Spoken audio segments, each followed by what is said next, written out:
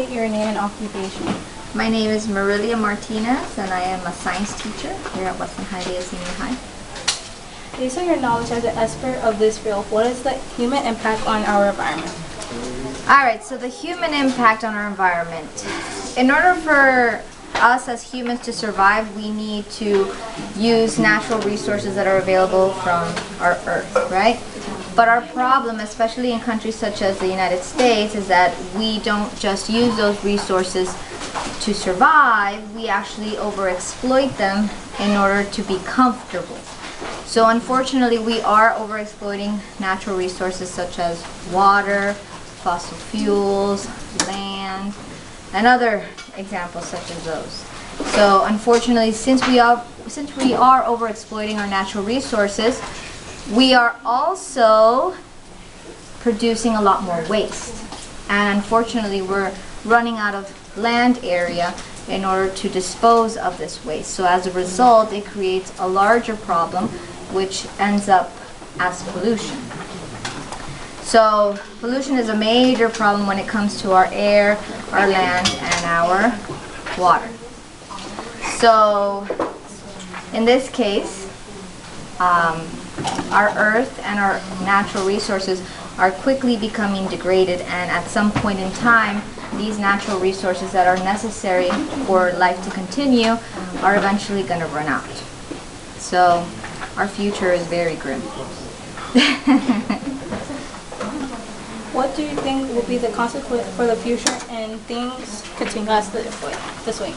Well, I kind of already answered that question. So basically, if we continue to overexploit our resources, those resources will be depleted. And if they become depleted, number one, we would see crash in population, especially in areas that are overpopulated. If those resources are not available, people can't live, they can't survive, they can't maintain their normal way of life. So you're going to see population start to decrease very rapidly. And over long periods of time, if those resources are exhausted and there are no more available for us, then obviously, yeah, the end of Earth might be close. Are there any activities that we can do to reduce pollution?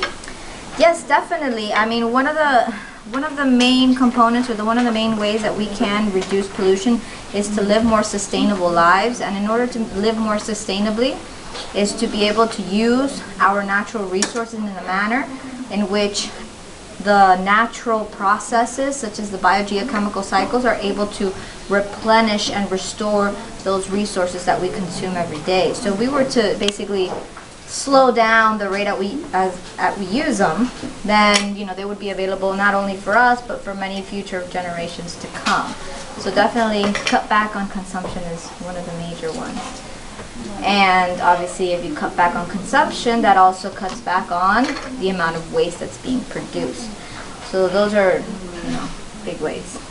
And the obvious, which everybody I think is aware of, reduce, which I just mentioned, reuse. So all of those resources that we use to maintain ourselves, reuse them. And last but not least is recycle them. So don't just dump them in a landfill, but try to use those materials again for other purposes, so that we don't have to destroy our ecosystems in order to collect more or just waste it, and then it never disassociates in the ground. Do you have a message for those that are watching this interview? My message to them is to be a little bit more wise about their consumptions.